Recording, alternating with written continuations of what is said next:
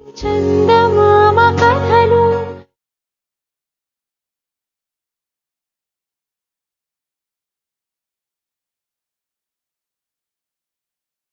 Hello everyone. I hope you're all having a great day.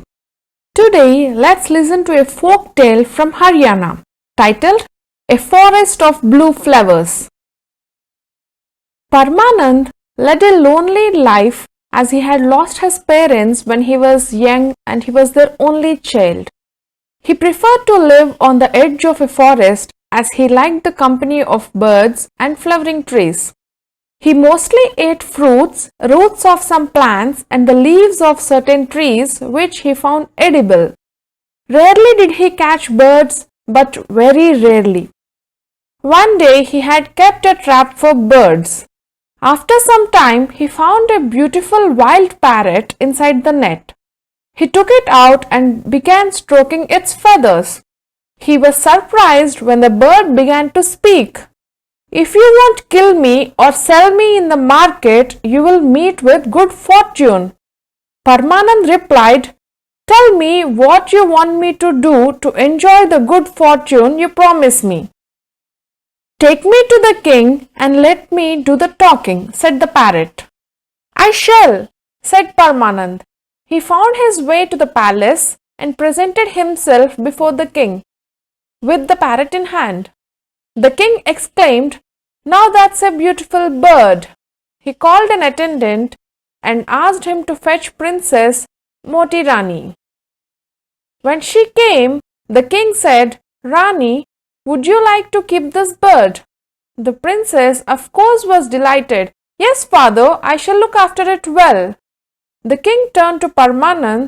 "Well, young man, how much do you want for the bird?"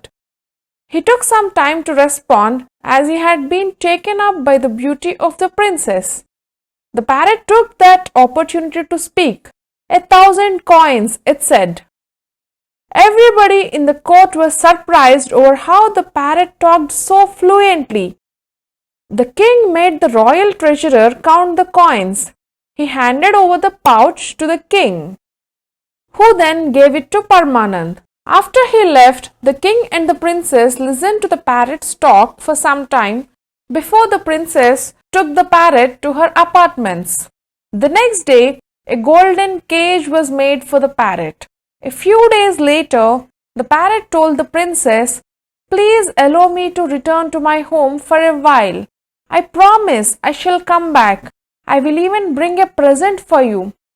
Princess Moti Rani reluctantly agreed. She remained at the window watching the parrot fly away. The parrot kept its promise. It came back after a few weeks carrying in its beak a beautiful blue flower. The princess was very happy. Then and there she declared she would marry whoever brought a whole bunch of the same flower, if not a tree itself. The king was shocked when he was told of the princess's decision. He pleaded with the princess, "Moti Rani, my dear, many princes have already asked for your hand, and they're all handsome and brave. Just imagine if a hunter wandering in the forest were to come upon the flower and manage to bring a tree. Would you then marry him? Remember, he will have to succeed me on the throne." The king found that the princess would not easily change her mind. He made a proclamation hoping that one of the princes among the suitors would succeed in finding the tree that grows the blue flower the princess had fallen in love with. Some of them did search for the tree and the flower far and wide and came back and told the king that it was just an idle fancy of the princess and she would soon forget all about the flower. Meanwhile, Parmanand too had heard the proclamation. Somehow the beautiful princess Moti Rani has caught his fancy and he dreamt that one day he would marry her. After all, it was his parrot that had taken the exotic flower to the princess, and he knew every forest, every jungle like the back of his palm. He walked for several days over hills and through forests, across fields and rivers. And then one day, as he stood on top of a hill, he saw below a whole forest of the blue flower. He remained there for some time, enjoying the sight. Then he started climbing down. When he reached the forest, he thought he should find out in whose kingdom he was standing, whether he would get a permission to pluck a bunch of flowers. If not, cut down a plant and take it to Princess Motirani. He heard a horse's hoofs. He hid behind a huge tree to see who it was coming to the forest. It was a young man. He was not looking like any prince. He got down from the horse, moved among the trees and sat down under the shade of a tree. He looked sad. Parmanand approached him. Would you tell me to which kingdom I have come to? It was only then the young man noticed that he was not alone. This is the kingdom of the flowering forest.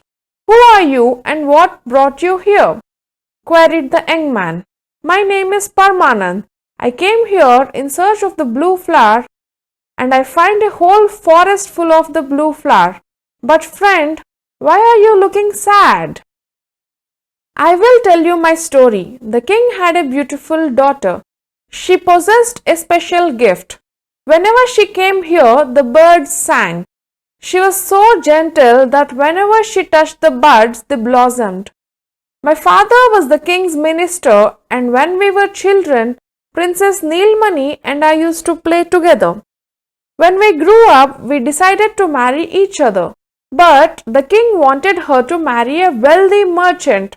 However, Neelmani told him that she would not marry anyone other than her childhood friend me. The king was angry with her. At that time, a magician was visiting him. On the pretext of giving her a golden complexion, he sat her around a fire. In the glow of the flames, he turned the princess into a golden nail.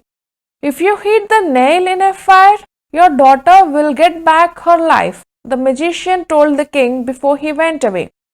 What happened to the golden nail? Parmanand asked of the young man. The king had been so angry with the princess that he had the nail hammered into one of the trees here. This I came to know from one of her companions in the palace. Days have gone by. I have ever since been coming here every day searching for the tree on which the nail had been hammered into. I haven't succeeded. I am told the king is repenting now. If I retrieve the nail, I shall take it to him and bring back the princess to life. I am sure he will then agree to our marriage. I shall help you in searching for the tree and the nail, said Parmanand. But how? I haven't left out any tree and I couldn't find it till now, said the young man. May I suggest something? Said Parmanand. Let's come here in the night. That's a good idea. I had never thought of it. Come with me now, said the young man. Late in the evening, they returned to the forest. The young man had taken a dagger with him.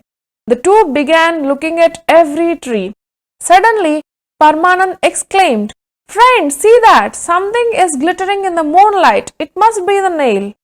The minister's son took out his dagger and began chopping around the object. Soon the nail came into view. In no time he could pierce it out of the tree. The golden nail looked intact. We will meet the king early tomorrow and hand over the nail. Next morning they went to the palace and sought an audience with the king. His joy knew no bounds when the minister's son placed the golden nail in his hands. He introduced Parmanand to the king as the one who had helped him find the nail. The king ordered a fire to be raised. When the flames rose with great expectations and excitement, he himself threw the nail into the flames. Nothing happened till the flames died down. Suddenly from the embers emerged Neelamani as she looked when she was the princess. She caught hold of her father's extended hand and came out of the embers looking like a golden beauty.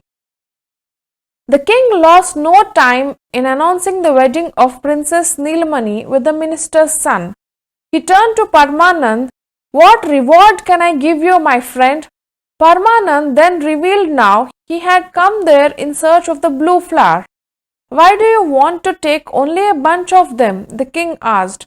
Take a whole tree. The princess will be very happy.